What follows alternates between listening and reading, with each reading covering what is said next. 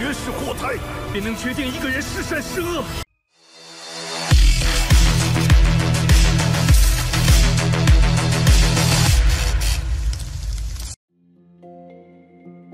Halo semuanya, selamat datang.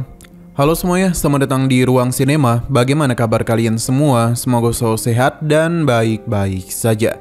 Sesuai jadwal, jadi pada hari ini kita akan kembali melanjutkan series Donghua Jade Dynasty season ketiga episode 14. Tapi sebelum kita mulai, lebih baik kita lihat lagi apa saja yang telah terjadi pada episode sebelumnya. Kemarin, Xiaofan memutuskan untuk tetap pergi ke sekte Xinyu, di mana dirinya langsung saja disambut oleh tetua di sana. Ia bukanlah seorang penjaga kebun sembarangan, melainkan sosok yang memiliki kemampuan yang sangatlah hebat. Bahkan, Xiaofan harus terlibat pertarungan yang sengit dengannya, di mana berbagai serangan yang Xiaofan lancarkan mampu dan mudah diatasi oleh tetua itu. Selain itu, serangan tetua ini juga sempat membuat Xiaofan dalam masalah. Tapi pada puncaknya, Xiaofan itu memiliki sebuah kesempatan untuk bisa menyerang balik tetua ini. Mereka berdua pada akhirnya saling beradu serangan yang sangat kuat. Hanya saja, serangan yang dilakukan oleh tetua ini masih dapat Xiaofan tahan. Selain itu, kekuatan haus darah Xiaofan hampir saja lepas kendali. Entah apa yang terjadi karena tiba-tiba saja tetua ini terkena serangan, yang membuat Qingyu berjanji akan membalas apa yang telah terjadi kepada gurunya.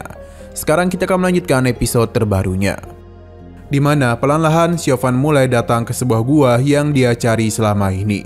Baru saja berada di mulut gua, dia sudah dapat merasakan energi spiritual yang menyambut dirinya.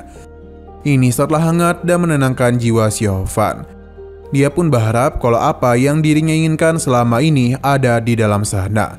Karena gua ini agak gelap, jadi Xiaofan menggunakan tongkatnya sebagai sumber pencahayaan. Padahal Xiaofan pun tiba di hadapan sebuah pohon yang berada di tengah-tengah danau. Ketika dirinya menginjakkan kaki di dekat pohon itu, tiba-tiba saja muncullah sebuah susunan formasi yang menyambutnya. Ini seketika saja membawa Xiaofan masuk ke dalam gua bulan fantasi. Untuk saat ini, auranya agak aneh untuk Xiaofan rasakan, yang ternyata ini adalah niat pedang, sebuah sumber dharma sejati.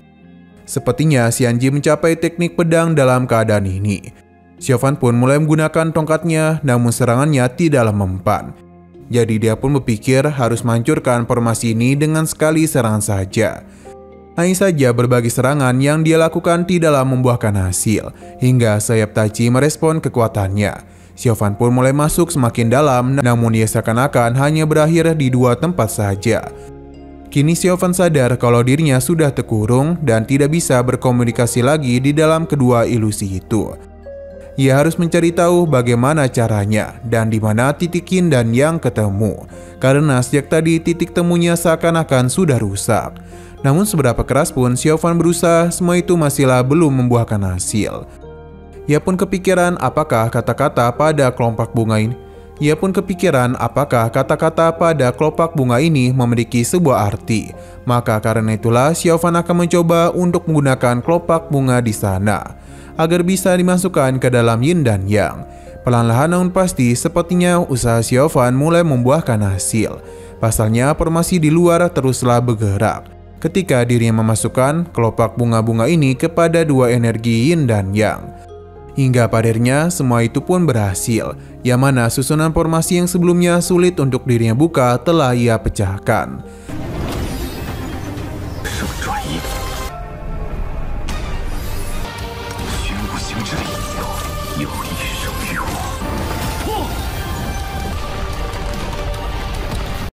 Xiaofan senang karena ada Taichi di sini, karena tanpa itu mungkin dirinya harus berjuang jauh lebih keras untuk dapat menemukan jawabannya.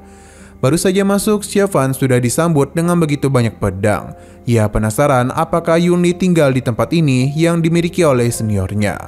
Entah kenapa sejak masuk ke gua itu, tongkat darah Xiaofan mulai bereaksi, yang membuat pedang-pedang di sana juga mengalami reaksi dan terhubung ke sebuah tempat. Melihat hal itu membuat Xiaofan terkejut, terlebih lagi ada sebuah suara yang menghentikannya, karena tempat ini tidaklah boleh dimasuki oleh seseorang dengan hati iblis.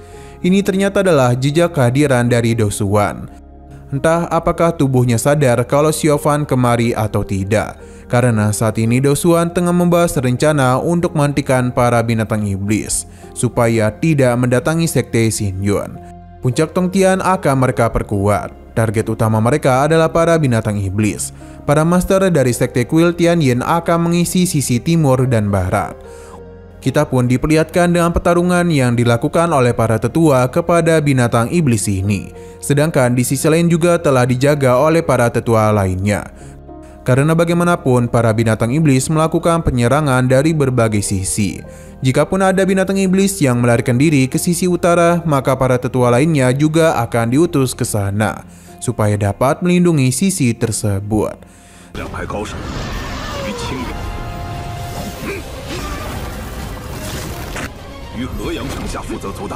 Saat ini semua tetua telah menjaga kota Xiaoman demi menahan para binatang iblis. Dosuan pun senang karena sejauh ini rencana mereka berjalan dengan lancar. Hingga padernya sosok yang ditunggu-tunggu pun datang juga, di mana kekuatan Dewa Iblis telah datang kemari. Di sisi lain, Suki bersama rekan-rekannya mulai menciptakan sebuah formasi pertahanan, di mana ini akan mencegah para binatang buas masuk kemari. Hanya saja Suki bisa merasakan dengan jelas kekuatan dari Raja Iblis Binatang. Dia tengah mengamati pertarungan yang menyia-nyiakan waktu mereka saja. Sebagai sebuah tanda, dia pun memberikan serangan kepada formasi itu. Binatang iblis yang dia kerahkan membuat Suki sadar betapa mengerikan kekuatan yang iblis itu miliki. Kembali kepada Xiaofan, yang mana dirinya harus berhadapan dengan niat pedang Dosuan. Karena dirinya telah masuk secara paksa kemari, maka Xiaofan harus menerima serangan darinya. Untuk dapat mengalahkan niat pedang ini, Xiaofan harus menemukan cara. Karena bagaimanapun kekuatannya tidaklah sekuat niat pedang Dosuan. Jika ia tidak segera menemukan cara, maka yang ada Xiaofan akan dalam bahaya. Untung saja dalam pertarungan itu, Xiaofan bisa memberikan serangan balasan yang membuat Dosuan penasaran siapakah lawan yang dia hadapi itu. Walaupun begitu, Xiaofan masihlah belum bisa menemukan cara agar bisa menang dari niat pedang Dosuan. Sampai akhirnya dia pun menggunakan Tai Chi Xuan Xing Dao.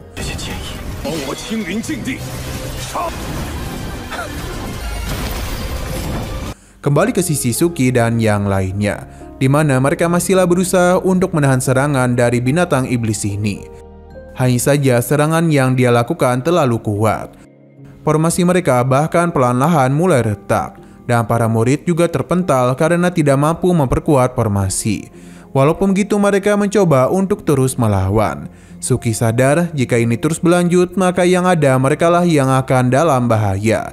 Benar saja serangan dari iblis ini kembali berlanjut dan bahkan mungkin ini jauh lebih kuat lagi.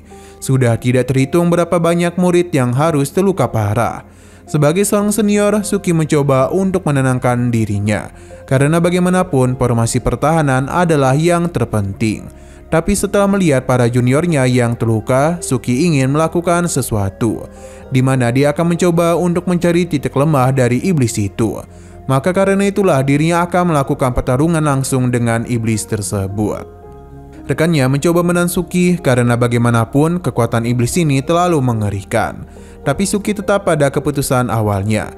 Ia menyarankan untuk memperkuat formasi. Sedangkan para ketua sekte mulai melakukan sesuatu, yakni membentuk formasi yang lebih kuat.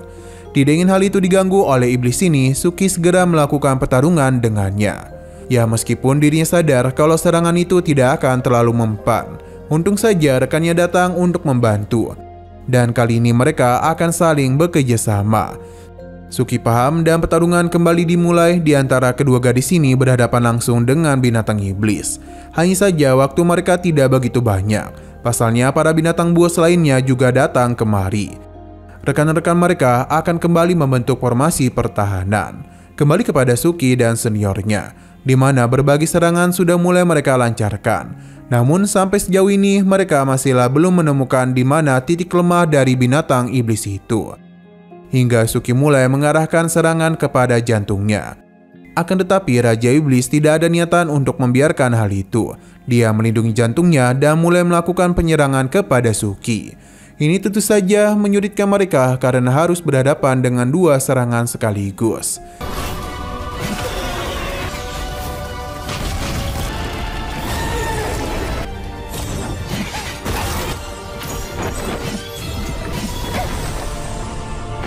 Untung saja Suki dan seniornya memiliki kombinasi serangan yang begitu memukau. Mereka masihlah dapat bertahan dan langsung saja melakukan penyerangan kepada binatang iblis itu. Pada akhirnya mereka pun berhasil menghancurkan tulang yang melindungi jantung tersebut. Tapi Raja Iblis tidak akan membiarkan hal itu dan membuat mereka hampir saja dimakan oleh binatang iblis ini. Untung saja guru mereka datang di waktu yang tepat untuk melindungi mereka. Suyu mulai menggunakan teknik pedang gandanya untuk menciptakan sebuah serangan yang begitu memukau. Phoenix S pun telah tercipta dan langsung saja melakukan penyerangan kepada iblis ini, yang seketika saja membekukan tubuhnya dan dia pun harus terjatuh. Sui memberikan pujian atas apa yang mereka lakukan, karena dapat mengambil keputusan yang tepat. Jadi sebagai guru, dia pun mengajak mereka untuk menghabisi iblis ini. Kembali kepada Xiao Fan, di mana Dao Xuan kesal karena dia telah berani menghancurkan Gongpa Xingming. Serangan kembali dilakukan, namun Xiao Fan dapat menahan hal itu. Melihat kehadiran Dao Xuan di sini kembali membuat memori kelam Xiao Fan melintas di pikirannya, terutama ingatannya kepada Biao. Dendam Xiao Fan yang selama ini dirinya pendam akhirnya mulai dia lepaskan. Karena mengapa Dao Xuan itu ingin dirinya mati. Bahkan dia itu masih ingat perkataan Dao Xuan yang menganggap dirinya sebagai bencana besar yang akan menghancurkan dunia. Dengan kekuatan yang saat ini Xiao Fan miliki, dia ingin menunjukkan kalau apa yang dilakukan oleh Dao Xuan adalah salah. Karena dia itu hanya melihat dari senjatanya saja. Namun belum dapat memutuskan apakah orang itu baik atau jahat.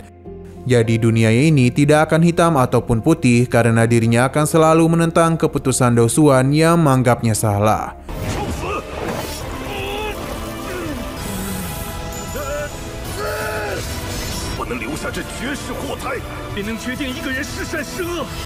Dao Xuan tidak akan menyerah karena dirinya akan kembali melakukan pertarungan kepada Xiao Fan. Begitu banyak pedang telah bersatu untuk memperkuat serangannya. Tapi Xiao Fan masihlah dapat bertahan. Ia juga mengingatkan kalau 10 tahun yang lalu Dao Xuan tidak dapat menghabisi dirinya. Dan kali ini hal yang sama juga akan terjadi. Dengan kekuatan darah yang Xiao Fan miliki, ia pun terus-menerus melakukan penyerangan. Bahkan terlihat dengan jelas kalau tubuh Xiao Fan mulai mengalami retak yang parah. Tapi ia tidak kunjung dapat menahan serangan itu sampai akhirnya muncullah kekuatan yang menghentikan serangan Dao Xuan. Ada sebuah pedang yang muncul yang mana ini adalah tetua yang sebelumnya Xiao Fan hadapi. Ia langsung saja menusuk jantung Xiao Fan yang membuat kekuatan darahnya mulai terhenti.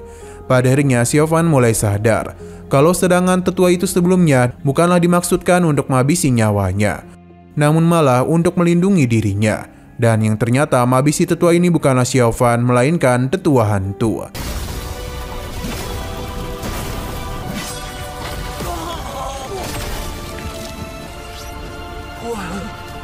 Alasan tetua ini melakukan hal tersebut adalah untuk bisa melindungi Xiao Fan. Mungkin hanya ini saja yang dapat dirinya lakukan. Jadi selebihnya akan dirinya serahkan kepada Xiao Fan agar kekuatan jiwanya dapat dikendalikan. Ia juga berharap Xiao Fan tidak akan menyalahkan orang lain atas kesalahan yang mereka berbuat. Hanya inilah yang bisa dirinya bicarakan untuk terakhir kalinya. Ia tahu kalau Xiao Fan adalah orang yang baik, jadi karena itulah dia memilih untuk menyelamatkannya. Pada akhirnya Master Pu pun pergi meninggalkan Xiao Fan. Begitu pula dengan niat pedang Dao Xuan. Bagi Xiao Fan, dirinya sangatlah beruntung, namun dia juga bingung harus membalasnya bagaimana karena dirinya telah berhutang budi kepada Master Pu. Nah, sayang sekali lagi seru-serunya, episodenya pun harus bersambung dulu. Oke, sekian dulu pada video kali ini. Untuk video selanjutnya akan segera hadir. Jadi bagi kalian yang mengikuti series ini, langsung saja klik subscribe dan aktifkan loncengnya. Terima kasih yang sudah menonton video sampai habis. Jika kalian suka pada video ini, klik like dan share ke teman-teman kalian tentang channel ini. Dan ditunggu aja kelanjutannya. Oke, sampai jumpa di video selanjutnya.